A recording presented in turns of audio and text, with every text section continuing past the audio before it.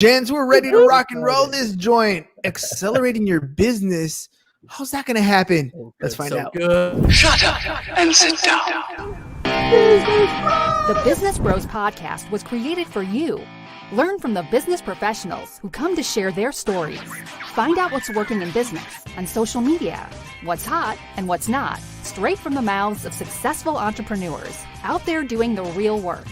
And now, welcome to another episode of Business. We got the fire going on. Yeah. In San Diego. Ham, take it away. A heat wave in San Diego. We're bringing the fire right here. All right, all you business pros. Before we jump into the show, just a quick reminder to please subscribe on whichever platform it is that you're listening to us on today.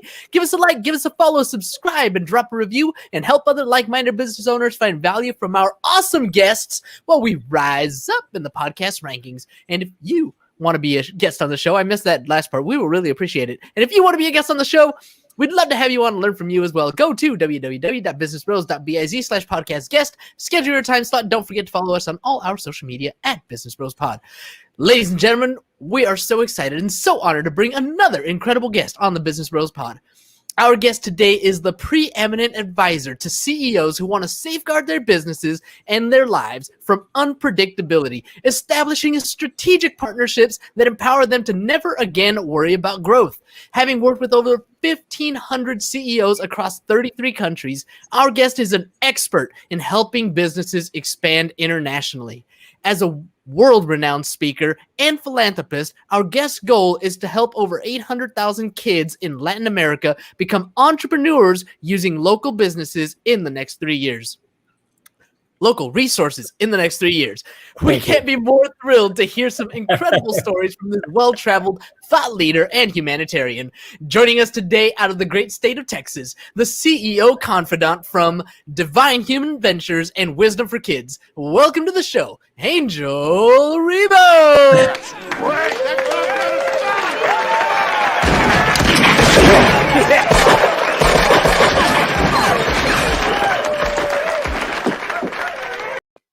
All right, Well Angel. done, well done. Thank you so much. This has been probably one of the most amazing introductions ever in my life. Thank you so much for being who you are, guys. Thank you. Oh, well, what can I say? James prides himself on the intros. They're probably Fun. Yeah, they're fun. They're you know what? Everybody has a strength and everybody has a weakness. I would suck at writing your intro, but James over here, he's got fire when it comes to writing those intros. I tell you, I mean, I've been introduced a few times, and he's used actually completely different words. He's a master. He's a super eloquent guy. I can tell you that. Thank you so much. My heart. You are making my head really? roll. Yeah, you're a cunning linguist, Ham. You're a cunning linguist. All right. So speaking of talents, right? Speaking of strengths, speaking of weaknesses, look, anytime anybody's going to start a business, we all start off thinking, I know what it takes. I'm going to make this thing grow. I'm going to me, I. But ultimately, you need a team to make things happen. So Angel, tell me a little bit about what it takes to grow a business and what is it that you do exactly? Exactly. So basically, in a nutshell, what I do is I help both corporate CEOs and established entrepreneurs to bridge the gap globally for expansion and exposure. It means that I help them take their businesses internationally. Okay. And what it takes for someone to accelerate the growth of their businesses by going internationally, the first thing that it takes is the willingness to do it, but the resources. The resources. I've seen many times people wanting to go internationally, fully internationally, and they have not made their homework.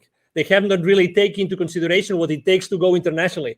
Very often it happens to us entrepreneurs that if we have an offer online, we think, okay, so if we are super successful in the US, then going south of the border, we just translate our materials, our courses, whatever that is, and we're going to be successful. I hate to say no. No, there's many more things involved in going internationally, and you have to do your homework. And there's financial implications on the decision of going international. So you have to consider those implications. let's hover here for a second, because we live in an age where the World Wide Web has literally shrunk the planet. We can have international quote unquote business going on from the living room or your basement or wherever you're talking about. So let's hone in on that. What do you mean when you're talking about growing internationally? Yes, so that's true. You can run your business from your home, and you have the worldwide, web, and you can go everywhere. But every single potential client in every single country, geography, culture thinks differently. You have to embrace, you have to acknowledge that, and you have to really know what is going to drive a potential sale from another country. Okay, so I mean, being reactive, we might have clients from other geographies, but the reality is that talking to someone, let's say south of the border or north of the border, talking about the US, right? It's different. And you have to be, if you really want to be strategic and you really want to be successful, you have to do it differently. You have to think about it.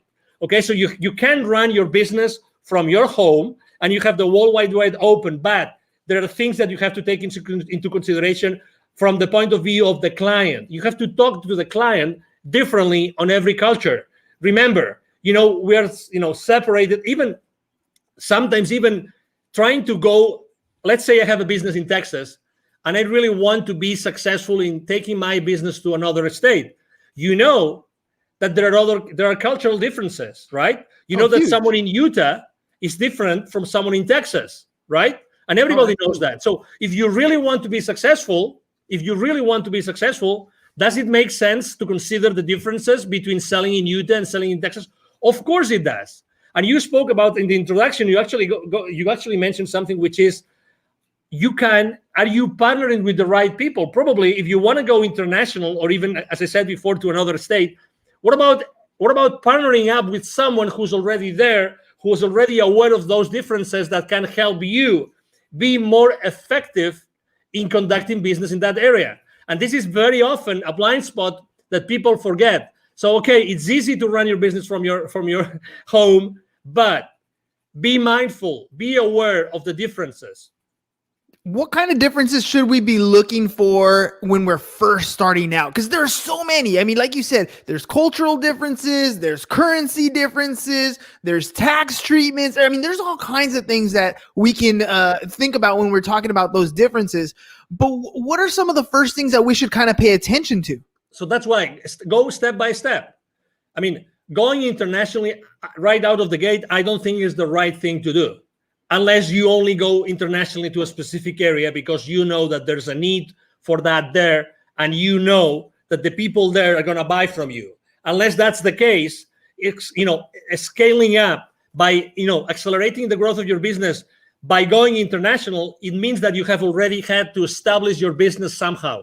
That's very important. Okay, so initially, I don't recommend anybody doing that unless, again, that's going to be your number one strategy. So if that's your number one strategy, you have to really know what these people want. Okay, the people in this area, what do they want? So you have to really speak with these people over there. Sometimes we tend to think, oh, it's extremely difficult. No, it's very easy. Reach out. There's social media again, and you can go in social media and you can start talking to people who live in that area. It's really simple. There's something in the entrepreneurial world, in the startup world, there's something called a minimum viable product. You've probably heard this thousands of times, right? Mm-hmm. So when you start your business, you probably have a minimum viable product or service that you want to offer to your audience, right? So the first thing you have to do is, if you want to go international, start talking to your audience about what you want to do. And I start asking them, hey, if I was to launch this product, sell it there, or this service, would you be willing to buy from me? And what would be the kind of service or product that you would buy from me, in that particular, area of expertise that I have? So that's the first thing. Talk to your market early on your business strategy. And sometimes, and I think that's probably, we are all to blame, for this, which is we try to be perfectionists. We try to be like, we have all the responses, all the answers before we do anything else. There's one business mantra. There's one mantra I use with every single one of my clients. I've been using for the last 5 years since I started my own business, which is take imperfect action now. take imperfect action now. Hey, don't worry about anything else. You only need yourself, and you need to start reaching out to the people in the market, in the place where you want to start selling your products or your services. That's it. Start talking to them and start making mistakes. Start making mistakes. There's no such thing as the perfect sales pitch, the perfect service, the perfect product. There's only the thing that you reach out to the potential buyers and you know what they think, and keep on making, keep on perfecting your pitch, keep on perfecting your product and your service. Really, that's the first step. Take imperfect action now. I love that. I love that because it's absolutely true. I talk about that all the time about taking action, and you have a choice. You can do it or you cannot do it. And I think the people who sit back and try to wait till it's 100% perfect are the ones who struggle. I forgot what book I read it in, but they were talking about, I think it was Mentor to Millions. And what they were saying was most successful people wait until they have about a 70% of a plan, right? After that, they put it into action because there's nothing else you can predict. At that point, you have something that's viable that'll take you in the direction that you want to go. Will it get you to the destination? Probably not. But you're moving forward and you're not stagnant and stuck in one particular situation or at worst, not taking any action, right? When I remember reading or learning about Disney, and they were opening up in China, I think it was China or Japan, I'm not sure exactly, but they were out there in the East. And when they went out there, they opened up operations right away, just like they had done in Florida, just like they had done in Disney. And they didn't take into consideration some of the cultural differences and had to restructure some things. So, acting on a plan is first and foremost. When you're talking to CEOs or different people who are ready to take that next scale, right? What's some of the fears that they have or some of those hesitations that prevent them from taking action? Well, it's always uncertainty. When you're stepping into, uncharted territories, everybody is, okay, is that going to work? How long is that going to take? There's always uncertainty. But again, there's uncertainty in everything that we do in life. So, and we still take action. So the first thing is uncertainty. And they need to know they always ask me, what are the chances that this kind of service or product is going to be successful? And I would like to share something.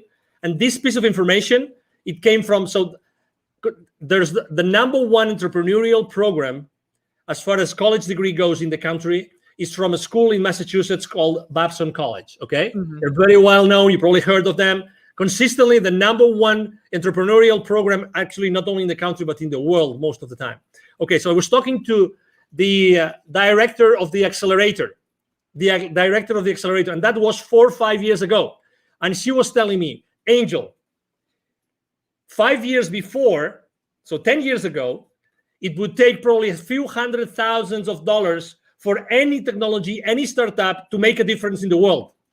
I'm talking about 5 years ago. Today, 5 years ago, only $15,000 to $20,000 was the amount of money that some startups had as a seed money to start disrupting the world. The point I'm trying to make is more and more often we see that the amount of money needed to make a difference in the world is lower and lower, is smaller and smaller. So what's the difference? The difference is that today there's so much technology out there that we can scale up any service or any product in the market like fast, like really, really, really fast. So again, going back to the same thing, take imperfect action now. Take imperfect action now. You really don't need so much time or so much money. What you need to do is to make sure that you start proof testing your value proposition, your product or your service in the market as soon as possible. So you can start burning, those early stages, and you can start, perfecting your product and your service. And you realize that, and you eventually see, you see the future with a level of uncertainty which is much higher. Again, to your question, it's uncertainty, but how do we lower the level of uncertainty? It's just by taking action, by start connecting with the market and start exposing our value proposition in the market. You have a ton of energy, and I love that because Thank you know you. when people come on the show, it's not always as exciting when the other person doesn't have energy, but that Thank you. fuel comes from somewhere, right? Yeah. Why did you get into this particular space? I mean, it sounds like Thank you're you. ready to take on business and scale things at your own rate, and yet you took Thank a you. different approach. Why that approach? Why what you're doing? Why is it what you're doing gives you so much energy? Well, probably because, well, number one, I would say first of all, because of my father, probably because my father is a super positive guy. Extreme. I mean, back in Spain, he's right now 80 years old. He's going to be 81 this year, alive and kicking. He's still working on business. He's always been like that model for me, like always super positive. He's made a lot of, he's set up and grown a lot of businesses, both nationally and internationally. He's made a lot of mistakes, but you know what? He was always in that mood, always. And every time he was being asked, he was always, his first statement, he was always, I am so blessed that I have been able to help these hundreds of families, these hundreds of people with the families behind them. And that's the legacy. That's his legacy. So I think that this, flame that I have inside of me is because I really like to share my experience with people.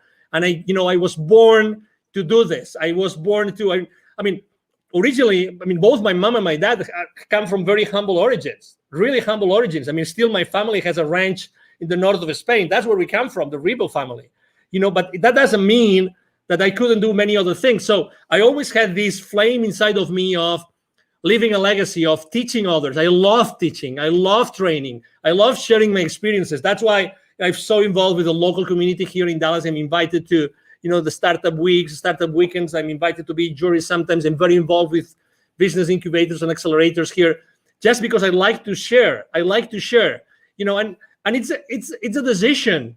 It's a decision.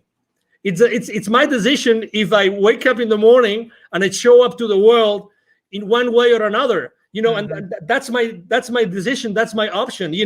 That's who I am. It's a Friday evening, right? I have had so many calls this week. I have talked to so many people. I've had so many face-to-face meetings. But you know what? I am loving this interview, and I could be, And right now, if you told me, hey, Angel, you have to mentor, 20 people in a coaching call within 30 minutes, I'm gonna do it.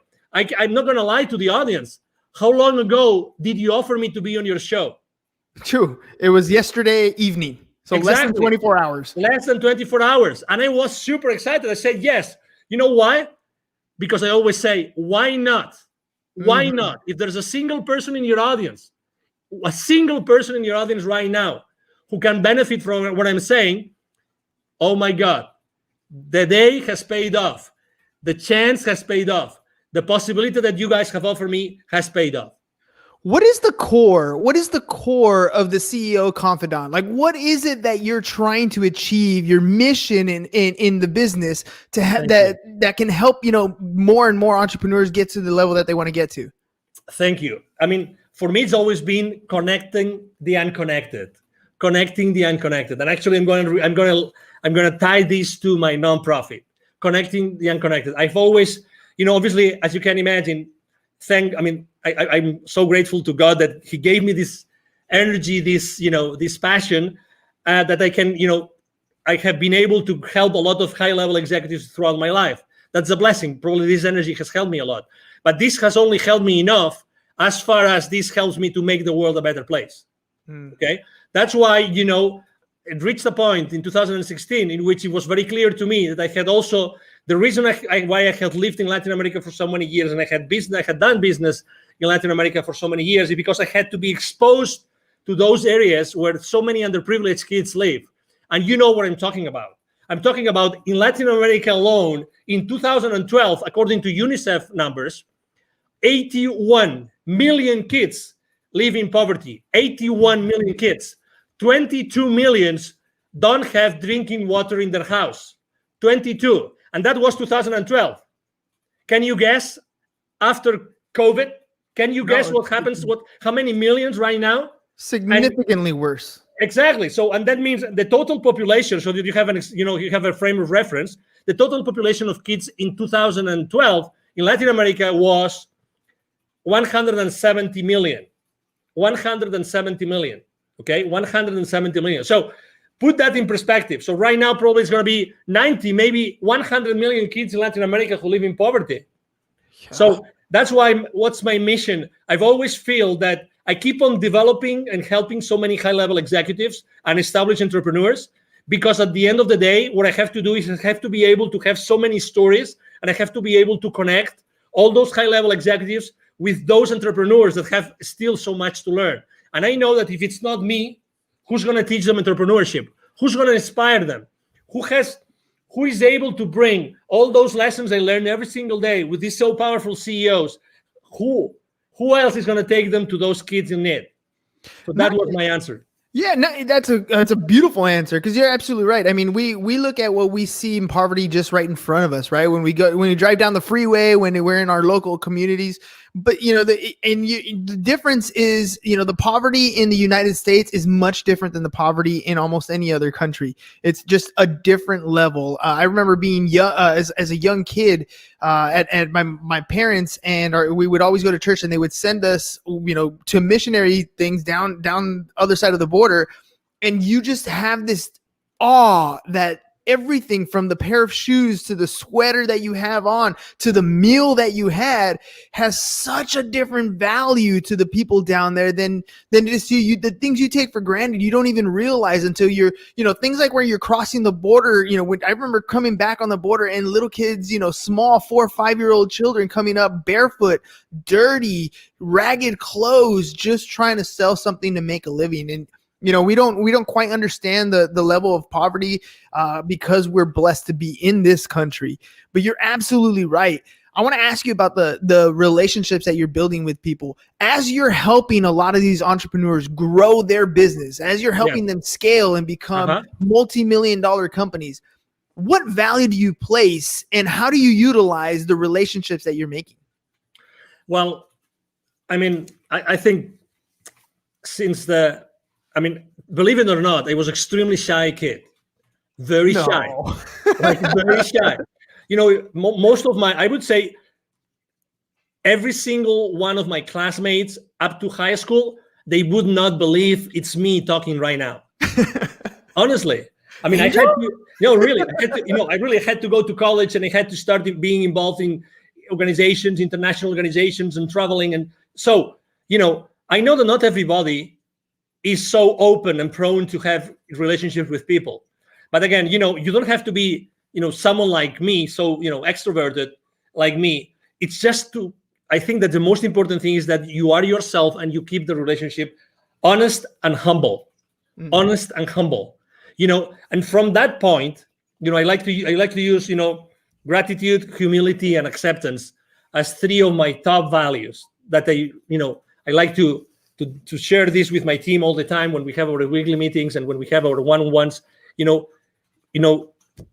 Gratitude, humility, and acceptance are 3 very big values for me. So I think that those values help you a lot to develop those relationships. And out from those relationships, it's like, as you know, I'm very active on LinkedIn, and I have very, very large following and very active there. I post every single day, large high engagement from my audience. And it's the same thing when I start relationships with people in there that they don't know me of anything. I start from a very humble way. I'm not the guy that's going to send you 5 consecutive messages as soon as I say accept. I'm not that kind of guy. My connecting message has 1 sentence, only 1, and I don't send a second message. You just wait.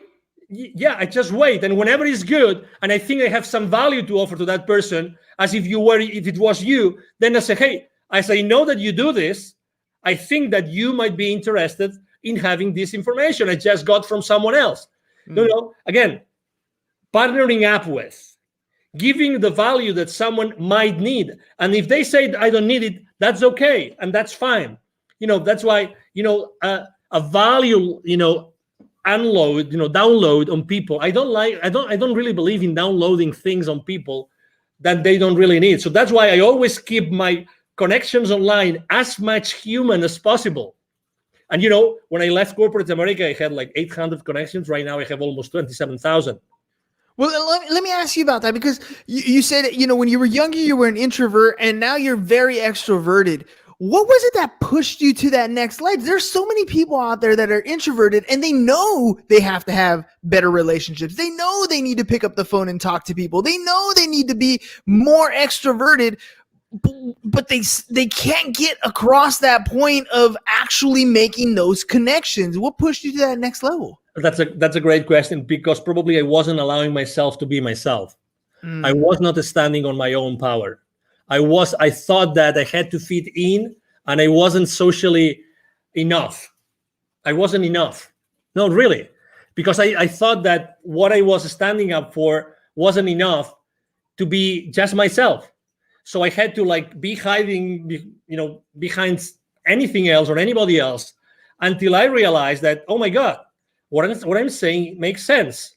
So it was a gradual process. It wasn't, it wasn't just like, oh, tomorrow I'm going to be extroverted.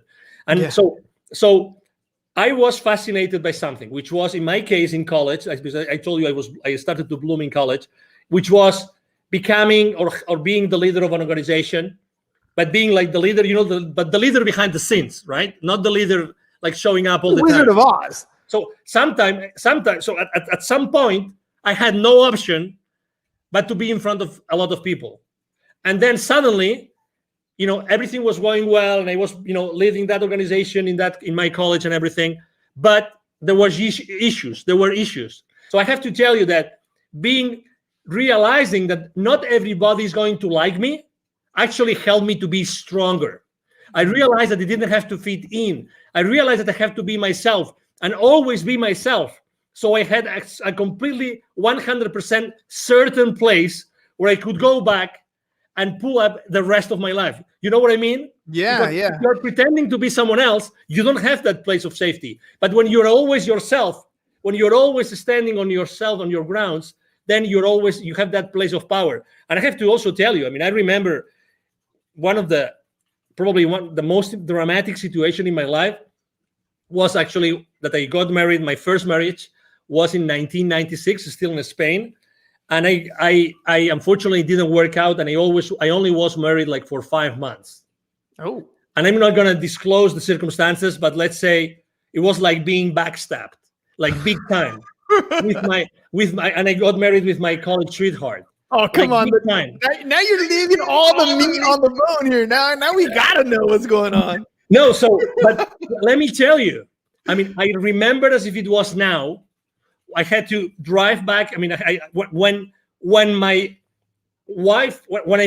found out what my wife was doing, and I confronted her that night, and I will never forget that night, when I confronted her that night, and she told me yes, I remember taking my car the following morning and going and driving to where my parents lived. I remember that both my mom and dad were waiting me, they were living at the 6th floor, they were waiting for me, and I started crying like a baby on my mom's arms, at my mom's arms, saying, can't believe it. I don't know. How can my life collapse? What did I do wrong? I had the car, we had an apartment together. We had all those projects together, the perfect job. We had this beautiful house in the mountains to go to ski. Everything was perfect. But suddenly, boom, so you thought. Boom, and not even 1 year, like 5 months, 6 months. I felt betrayed. You name it. I tried to save my marriage, and I immediately said, okay, let's go to a counselor. But unfortunately, the other party wasn't there. So I said, okay. So the rest of my life starts here today. Yes. And then, you know what? 1 year and a half later, I had already left Spain for good. And I have not been back to Spain, but to visit my family.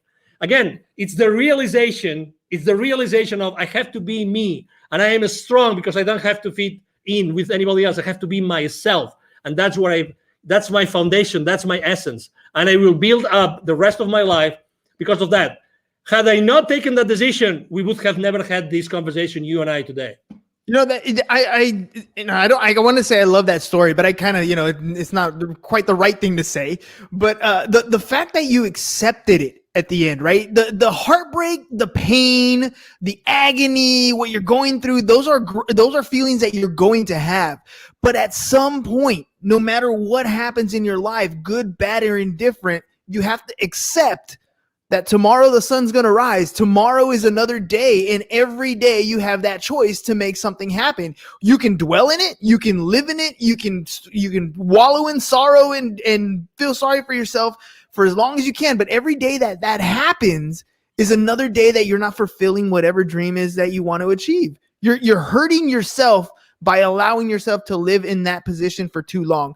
Feel it, hurt it, learn from that mistake. But you need to make a choice and accept that it happened. Totally. Otherwise, you're never going to move forward. I agree. And I have to say, this counselor that, we went together, with my ex-wife at that time, it was the same counselor that said, hey, okay, so she's not coming back. Can you please help me? Can you please help me go through this path? Can you please help me? And I have to tell you, the certainty that this counselor told me, so these are the stages you're going to go through. A, B, C, D, and E. He told me, he explained those to me, and I understood them, and I said, okay, where am I now? And he told me, no, it's a good question. It's a good question. Yeah, of course. So you are here. Okay. Typically, what do you see in your practice? How long is it going to take for me to get to the final, destination of this, of this, whatever it is, right? Of this journey. He said, well, it's up to you. I've seen people here and I've seen people there and I've seen people that will never recover from a divorce or from a separation. Okay. Mm-hmm. So I kept on going with him. I kept on having, again, I asked for help. God bless. That's something I obviously in any facet in life, ask for help, look for help. Always. There's always going to be someone that can help you. Always. The only scarce resource in your life is time. Yes. Get over any situation, any challenge with the help of someone that's been there before. Do that. Don't hesitate. It doesn't matter. Money comes and goes. Do that. And oh my God, after 6 months of my separation, guess what? Guess who came after one of my, I just finished one of my swimming practices. I love swimming. Guess who came to say, I would like to come back together? Who was it? I'm not going to say, but you know the story, right? You know the story. And I said, unfortunately not. I don't want this to happen in the future when we already have children. I don't want that for my life. Decision made. Imperfect decision. Don't know what the outcome was going to be, but you weren't going to do it again. No. Oh man, Angel, that's, I love that, the whole idea of time scarcity, right? You only have so much time in your life. And yes, ladies and gents, you're going to feel uncomfortable when you're going to make a decision. You're not going to know the outcome. It's going to be scary. It's going to feel weird, but do it anyways. Do it anyways, because there's only two types of regret that you're going to have when you're older. And one of the biggest ones, the worst ones, is when you're 98 years old and you are incapable and you're out of time to have that regret to worry about. So take the action. You might make a mistake and it's okay. There's always a way to correct, but take that action. Angel, before we head out, let our audience know if they want to work with you, how can they get a hold of you? Absolutely. The first thing is, it's very easy. Send me an email. I have a team behind me. We all work together. We will always respond to you. My email is very easy. My email address is angel@angelrebo.com. I'm going to spell it for you. ANGEL@ANGELRIB.com. That's the easiest way. If you want to know, what I do, what I stand for, you can go to LinkedIn, Angel Rebo, the CEO Confidant.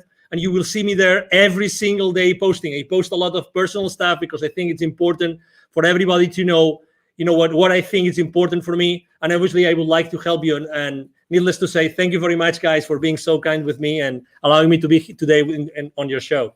Hey, man, thank you for coming on last minute. Thank you for sharing, being vulnerable. I honestly believe that some of these stories that we have in our life, some of the worst stories in our life, make the greatest connections with people. So thank you very much for sharing some of your worst times with us.